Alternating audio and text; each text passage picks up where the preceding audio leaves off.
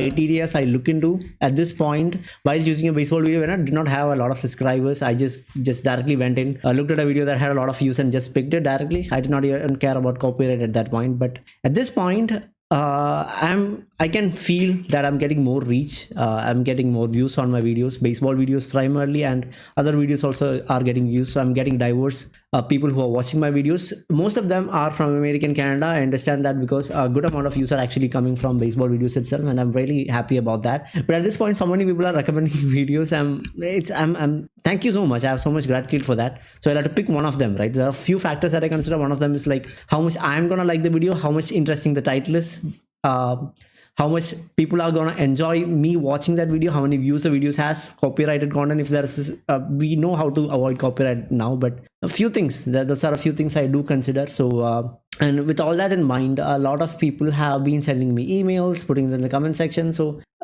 see, to all of you, thank you very much. Okay, I cannot check all of the videos at this point because there are so many, and I have to do some other content as well. And some people who have reached out to me recently, one of the videos that I want to check out was from Eric Chase. So there is MLB championship. It's called World Series. I haven't checked many of those actually. The World Baseball Classic was really great for me. So this was an interesting title. So thank you so much, Eric. We're gonna check this video out in this video out now. So that would be there. And I got this mail a couple of times. This was actually something that I have archived. So couple of people have mentioned to me that I can reach out directly to one of the communication endpoints to react to copy, to get permission to react to copyright material. But the doubt, I'm not sure if this is the case, but I'll generally be reacting to like teams competing against each other, right? There will be multiple teams involved. So I'll probably have to get a permission from multiple teams, right? I think if I have to specifically react to one team's content, I think it makes sense to do this. And it also could be a issue that I don't have a lot of subscribers at this point. So yeah, that might also be an issue. But yeah, thank you so much for the info. I understand that, see, you take some effort to type this down and send that to me. I like the professionalism and I really appreciate it. Thank you so much. Okay. Sometimes I still feel like I don't deserve it. And there is something really cool coming up on this channel. I think you guys will love it. I think every kind of subscribers, right? I have very different geographies reacting to it. I have USA, I have Canada, I have India and South India, North India, like different people in my channel right now who are following me, who are watching my content. So I have a piece of content that everyone will enjoy, and I think it's a way of me to show gratitude for you guys. Come out soon in this channel. So without any further ado, let's check this out. I'll go through it. And Kelly, thank you so much, Kelly. Kelly, a traditional boy's name stolen by girls, huh? The feminism these days, isn't it? Thanks, Kelly. Appreciate it. Without any further ado, let's get right into this. Reliving the greatest World Series ever played. So what is this actually? MLB championship called World Series. Okay, what is World Series?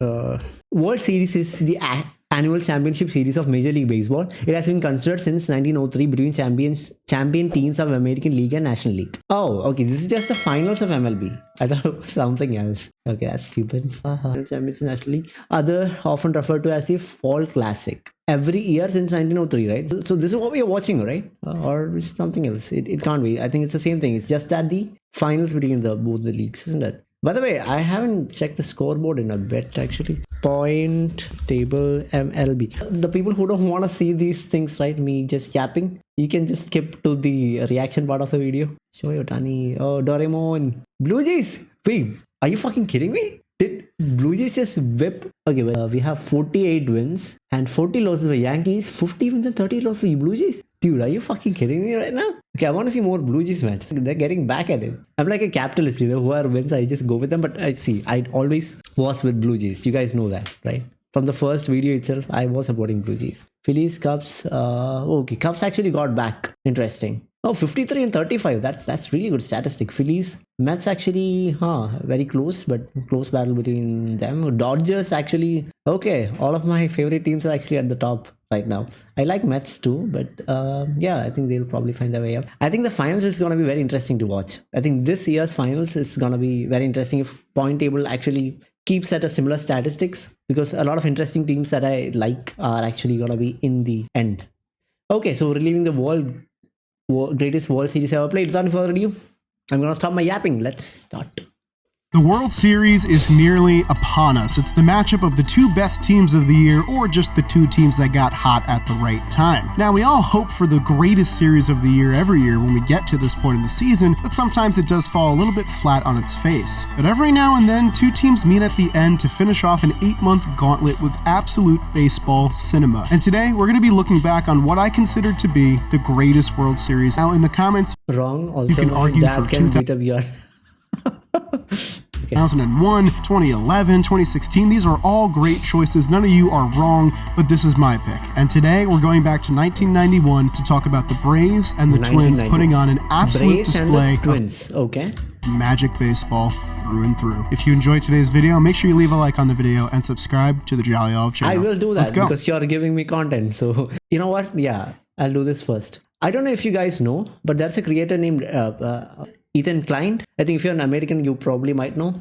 So there is a left-wing streamer. I think he's the largest streamer on Hasanabi. He's a extreme left-wing guy. He's hated by a lot. He's loved by a lot. And there are like some streamers in his circle. They actually got screwed over by this guy named Ethan because they were reacting to content and like intentionally telling them that, okay, like let's not give views to this guy. And he kind of sued them. They're having a really bad time. So I'm being extra careful right now. It makes sense now when you're reacting to content. It's true. You gotta give credit to the right people who put the effort into make it.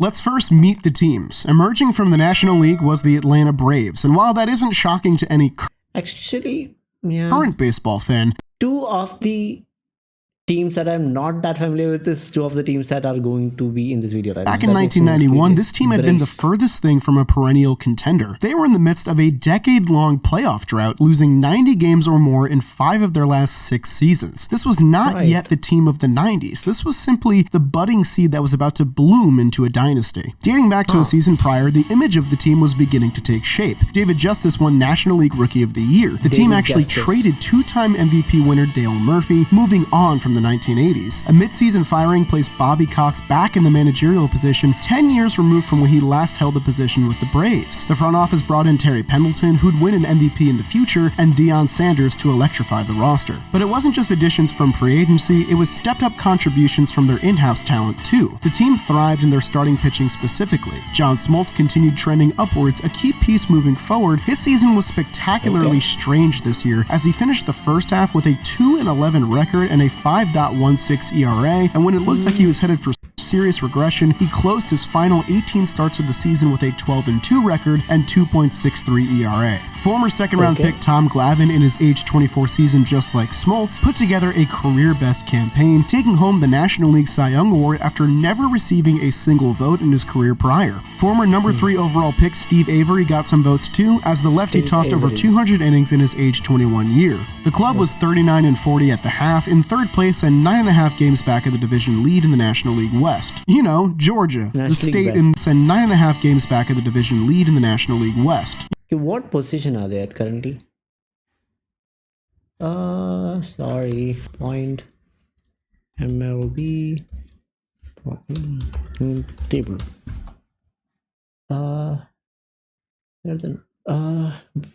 Okay. They're at the National League, right? Where are they? Braves. Oh, okay. They're not doing so hot right now. Okay.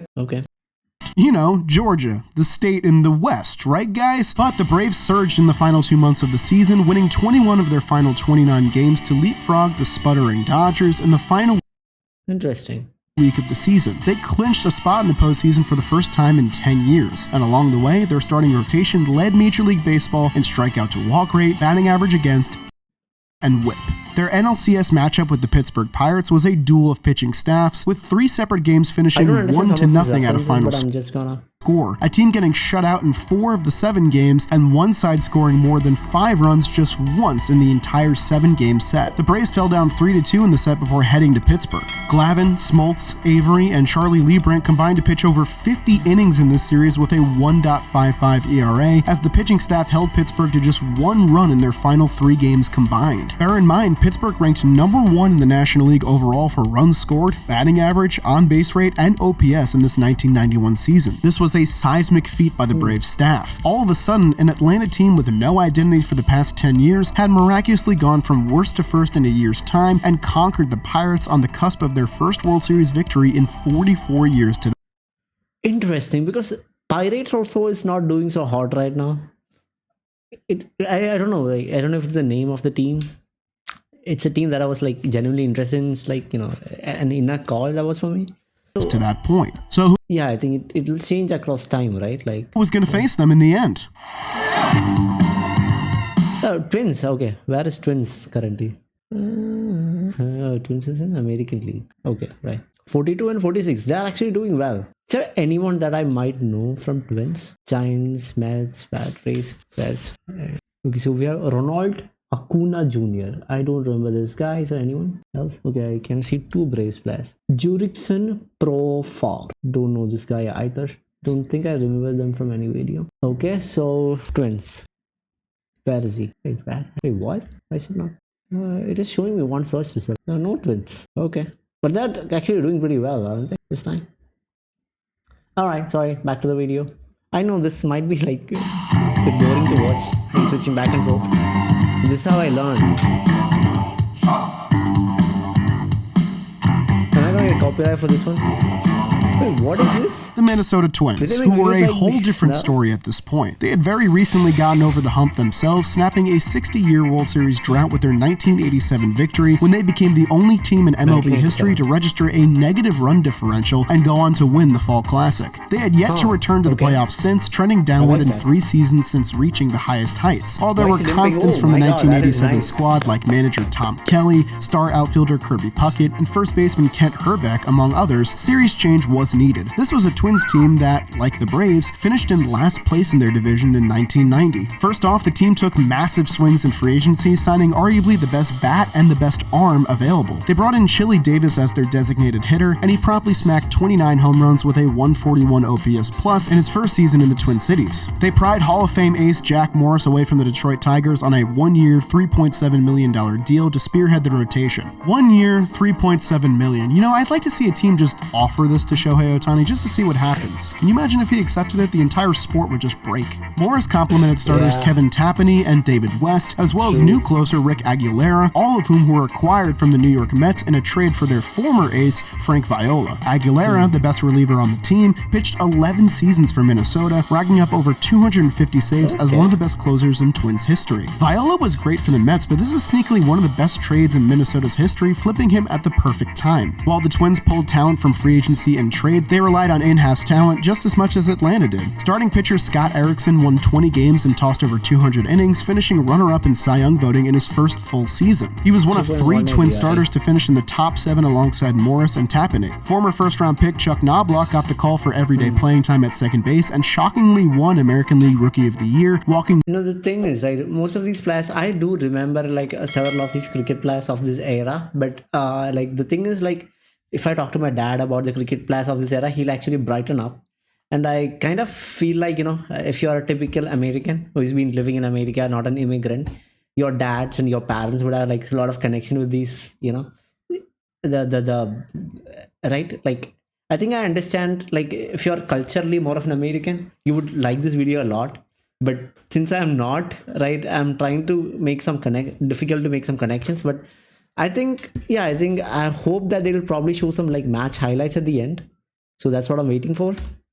Walking more times than he struck out and stealing 25 bases with superb defense. The 1991 Twins were a formidable unit, far and away more impressive than the miraculous team that won it all 4 years prior. The team was dormant through the first 2 months of the year before ripping off 24 wins in 27 games to go from 7.5 games back of the division to 4.5 games up. They never left first place for the rest of the season, clinching in mid-September and closing the season with an 8-game lead. Unlike the Braves' venture to the World Series, the ALCS was a lopsided affair in Minnesota's favor. They won 2 of the first 3 games, both by just 1 run, thanks to some clutch work out of their bullpen, then scored 17 runs in the final 2 wins to wrap up the series in 5 games. While the starters got roughed up a bit, the bullpen combined to pitch 18 1/3 scoreless innings. One thing's certain about the Minnesota Twins, win or lose, they're one loose bunch of cool customers.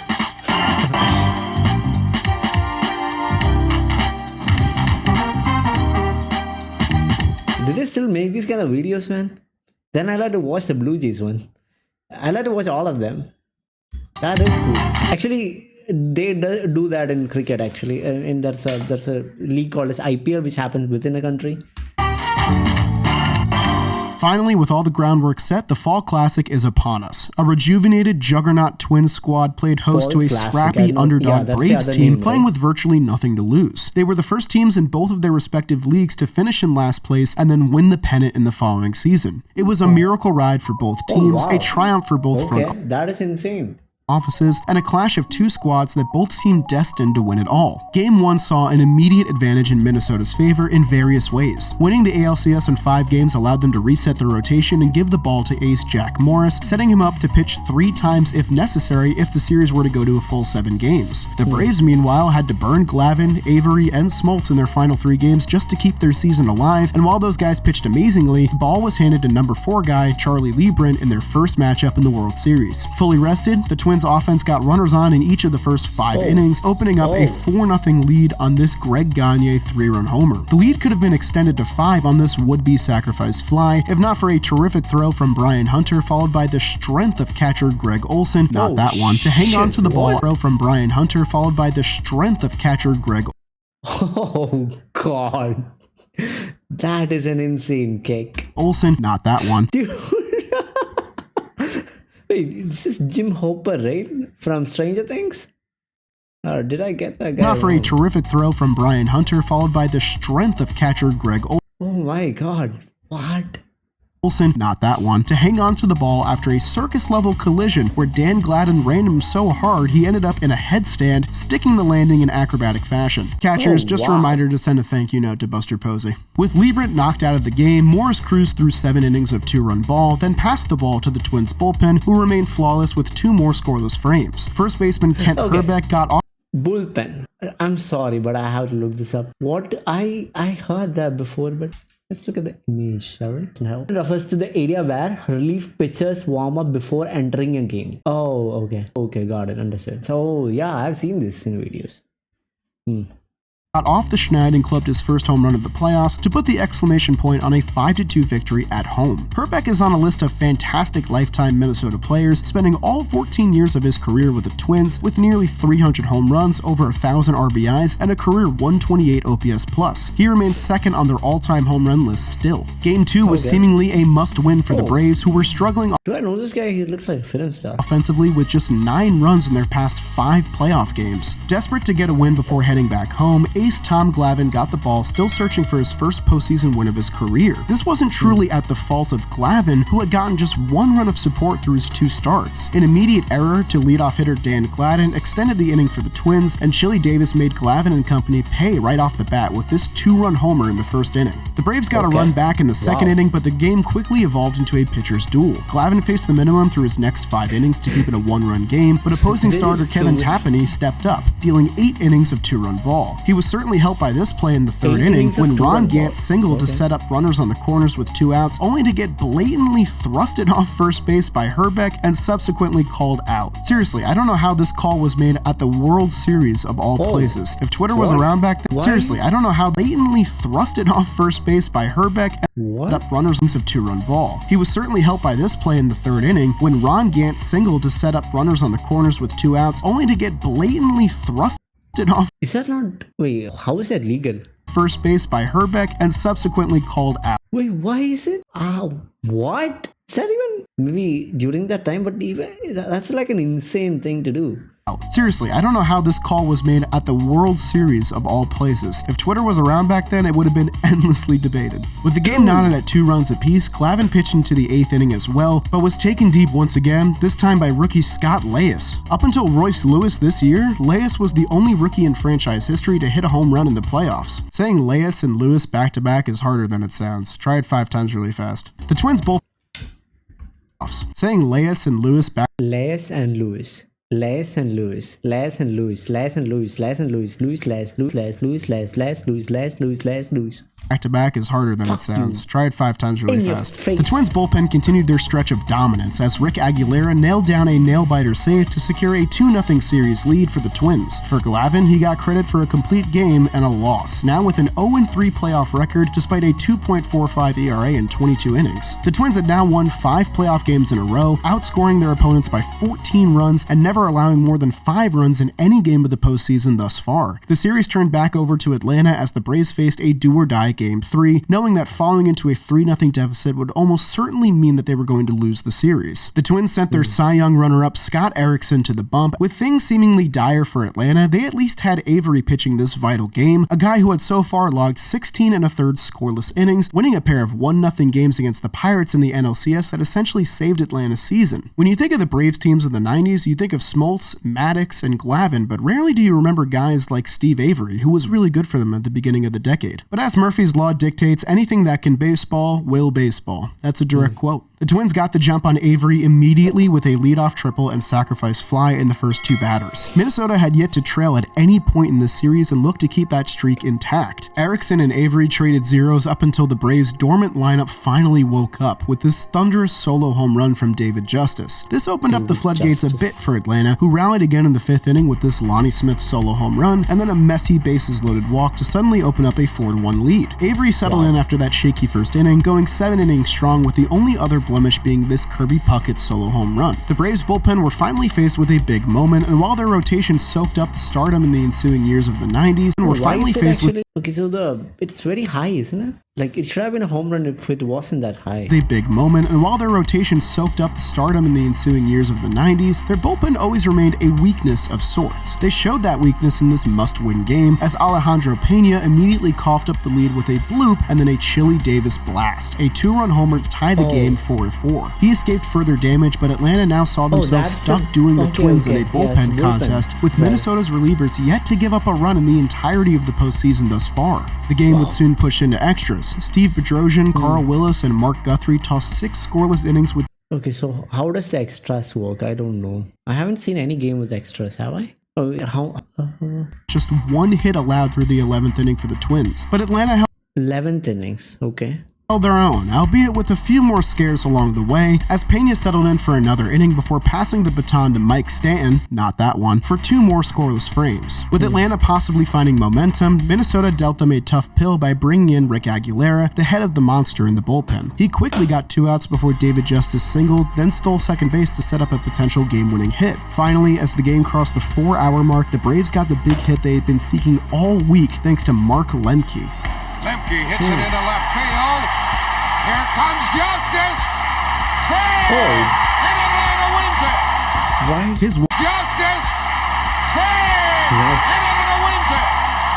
His walk-off RBI single was gave nice. the That Braves an was essential close. win, giving an Atlanta team that was desperate to produce any offense whatsoever the chance to tie the series in Game 4. This led us to by far the best pitching matchup of the series so far, with ace Jack Morris returning to the bump seeking his 4th win in as many starts, dueling it out with John Smoltz, who was coming off a complete game shutout to win Game 7 of the championship series. I know hearing the words playoffs and John Smoltz has really negative connotation nowadays, but back then, it was pure baseball artwork. Morris dealt again, this time with 6 innings of 1-run ball, while Smoltz allowed just those 2 runs through 7 innings of work. The Braves were once again stuck in a battle of bullpens and a tie score once again late in the game. A day after giving them 6 outs, young Mike Stanton, still not that one, gave Atlanta 5 more outs, running up his tally in the playoffs to 8 1/3 innings of 1-run ball. In the 9th, Lemke was a hero again, delivering a massive 1-out triple, and this time Jerry Willard got to play hero with this walk-off sacrifice fly. Against all odds, Atlanta notched back-to-back walk-off wins in 1-run games to sacrifice fly. Against all... Dude, I gotta tell you, people should stop watching the WWE and watch more baseball. There is a lot of stuff going on, especially the last video I reacted to from MLB, greatest MLB catches. That is way worse than WWE. Like, I think before WWE, there was this, I think it's still there, what is that called? The other one, right, with the blood and gore and all, which is not other version of WWE. I think WWF, right? It is where, it is the ones with, I think the Brock Lesnar initially came in WWF. Wasn't that right? It was closer to professional wrestling or professional mixed martial arts. Not UFC or anything, but I think you understand what I'm talking about, right? But the athletics, the sheer momentum of the people when they tackle other people, that is insane. All odds, Atlanta notched back-to-back walk-off See? Wins in one-run games to tie the series at 2 wins apiece. For all the sports fans out there that say momentum isn't a real thing and that every game exactly, that's what I'm saying, can't be quantified to a nuanced scientific explanation and that no team can become an unstoppable force because of past events, I tell you, shh, you're wrong.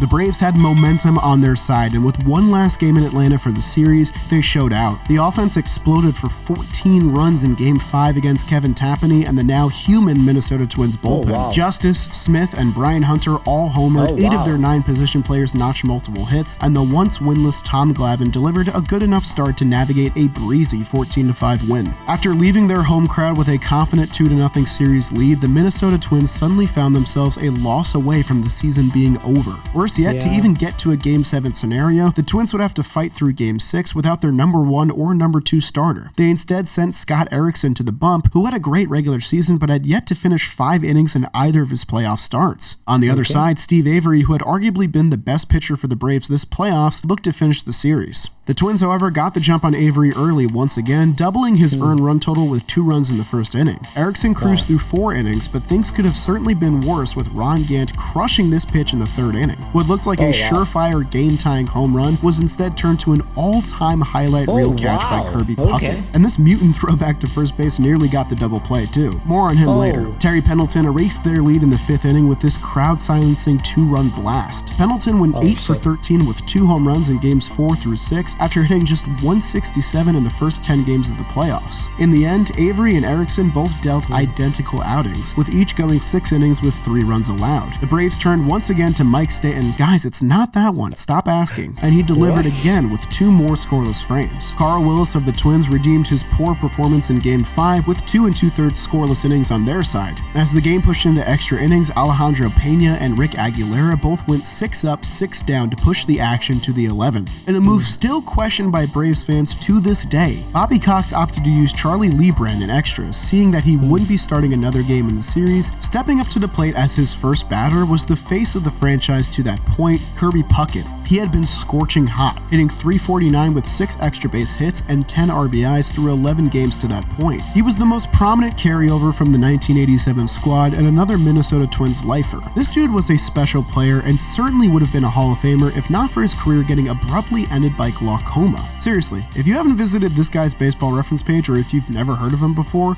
go check it out right now. Pause the video, check it out, and then come back. Puckett was a 10-time All-Star, 6-time Gold Glover and Silver Slugger, a career .318 batter, a couple 2020 seasons under his belt, and a guy that certainly should have been an MVP winner at some point in his career. But right now, this moment is not about everything that certainly should have been an MVP winner at some point in his career. But right now, this moment is not about everything he accomplished prior. It is instead about the prelude to the most iconic moment of his entire dozen-year career. In a 2-1 count, Lebrand... tall is he? You know, it feels like he was insanely athletic, but it doesn't look like he's really tall.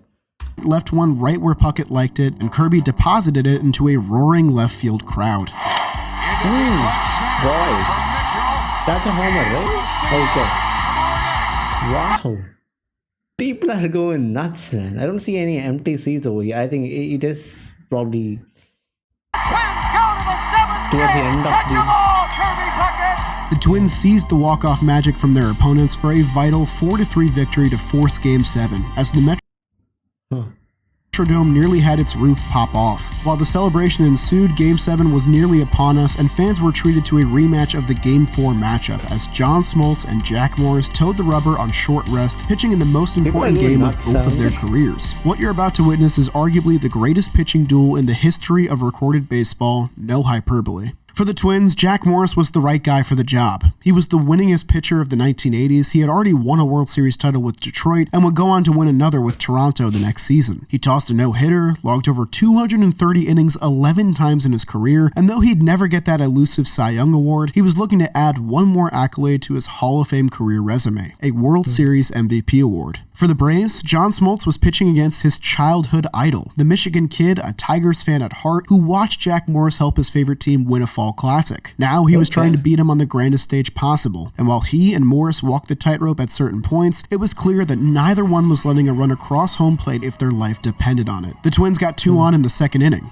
No runs scored. Then the Braves did so in the third inning. No runs scored. Runners in scoring position in the third inning for the Twins, then in the fourth and fifth inning for the Braves. No runs scored. Through 7 innings, Morris and Smoltz stymied the opposing offenses. Finally, in the top of the 8th inning with the top of the order batting, it seemed as though Atlanta would finally strike first. Lonnie Smith singled on a check swing, and then Terry Pendleton opened the scoring with a double deep in the gap. Except, Smith didn't score. A deke by second baseman Chuck Knobloch held Lonnie up as he lost sight of the ball, causing him to stop short when he reached third base, and he failed to score. This blunder might have just cost the Braves everything. An intentional walk to David Justice set up this magnificent 3-2-3 double play, ending a bases-loaded threat for Atlanta. In the bottom of the 8th inning, Smoltz was finally yanked from the game much to his own dismay. But in their own bases-loaded one-out threat, the Twins lineup met a similar fate with an ill-timed double play lineout. Against all odds, this contest was heading to the 9th inning knotted at 0, and with no runs across, old man Jack Morris came out for another frame. He sat down the Braves 1-2-3, punching out Mark Lemke to guarantee either a Twins win or extra innings. It would be the latter, as the Twins once again squandered a pair of hits against Mike Stanton and Alejandro Pena. As the Atlanta lineup prepared to face Rick Aguilera once again in a high-intensity spot, you can only imagine their shock and the fan shock when Jack Morris emerged from the dugout once again, vying for his 10th inning of scoreless work on the night. Unbelievably, he notched another 1-2-3 inning, his 4th in the last 5 innings of work, 10 shutout innings of work in one game. It cannot be look this guy up, Jack Morris. Possibly overstated how special of an outing this truly was. It hadn't been done in the playoffs since 1986, where Doc Gooden did so in Game 5 of the NLCS. Only 2 other men, Joe Niekro and Bob Gibson, did so in the playoffs without allowing a run. But nobody in the history of the game has ever done it in a must-win Game 7 of the World Series. And it's been over 30 years since this game. We can confidently say this is never going to happen again. This guy is... What is he? Is he a Yankee or a Met? He's got a lot of... All he needed now was the win, and all the Twins had to do was put up one measly run. Dan Gladden blooped a hustle double, then got to third base on a bunt. The Braves wisely decided to walk Puckett and Herbeck, hoping for another miraculous double play to keep their season alive. But at long last, their magic finally ran out. Gene Larkin took the most important swing in Twins franchise history. The Twins are going to win the World Series. The Twins have won it.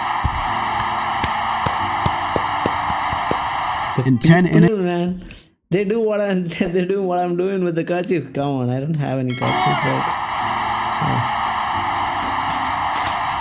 In 10 innings, the Minnesota Twins eked out a 1-0 walk-off victory to win the World Series. On one side, pure elation with a roaring crowd behind them. On the other, pure despair, not knowing if they'd ever get as close as they were to hauling a World Series trophy. Little did both of these teams know how different the ensuing years would unfold for them. The Braves evolving into a postseason juggernaut and the team of the 90s. The Twins tumbling into playoff mediocrity, a stretch that lasted for decades until this very season 30 years later. To this day, I'm not sure that the play in this World Series has been outclassed by any set that followed it. 4 games were won in the final at-bat of the game. 5 games were decided by just 1 run. 3 games went into extra innings. There were Hall of Fame aces featured in length. Kirby Puckett nearly single-handedly won a game by himself. If you've watched this far and you experienced the theater of this series for the first time, I envy you. If you were here just to relive it one more time, welcome to the club. But either way, thanks for watching.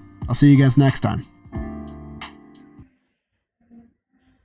I understand some, who doesn't, I understand since I don't deeply understand the baseball culture, I might not be able to deeply understand how much this, the people mean, the references mean to some of you, and I did not watch the actual match too, right? It's just a summarization of the match. So the only thing that I can get excited about from this information that I have is how close the statistics were. So I understand this is a very tight match from the summarization that you have made, and I understand there are a lot of legends and Hall of Famers. Kirby Puckett. Kirby. Glad to report that I'm indeed a doofus and a Kirby Puckett. What does that mean? Kirby, is it like the Mario Kirby?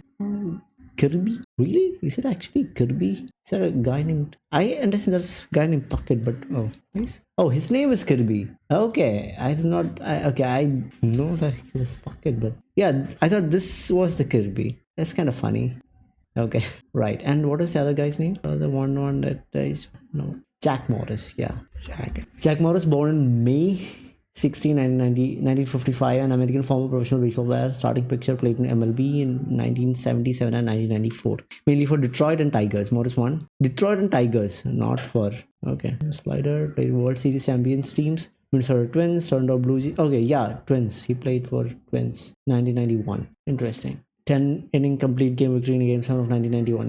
Yeah. Won the Babe Ruth Award. Okay, this is the other guy you were talking about. I'm connecting the dots now. It's annually given to the Major League Baseball player with the best performance in the postseason. Award created in honor of Babe Ruth was the first award in 1949 to New York Yankee pitcher Joe Page. Okay, what is... I just want to know who Babe Ruth is. Yeah, Babe Ruth. The article is about baseball player. Okay. George Herman Babe Ruth was an American professional baseball player whose career is in MLB spanned 22 seasons from 1914 through 1935. Okay, that's pretty early. Nicknamed Bambino, Sultan of SWAT. He began his MLB career as a star left-handed pitcher for Boston Red Sox, but achieved his greatest fame as a slugging outfielder for the New York Yankees. Yeah, of course. It's gonna be Yankees, isn't it? It's always going to be Yankees. Youth is regarded as one of the greatest sports heroes in American culture and is considered by many to be the greatest baseball player of all time. In 1936, Ruth was elected to the Baseball Hall of Fame as one of its first 5 inaugural members. First 5. Okay, who are the 5? This is okay.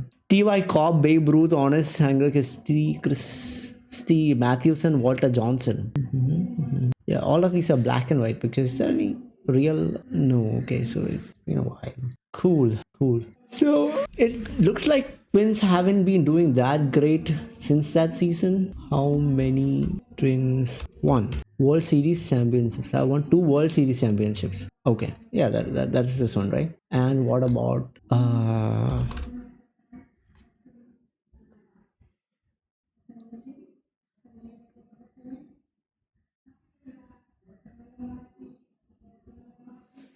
actually, let me check something. 4.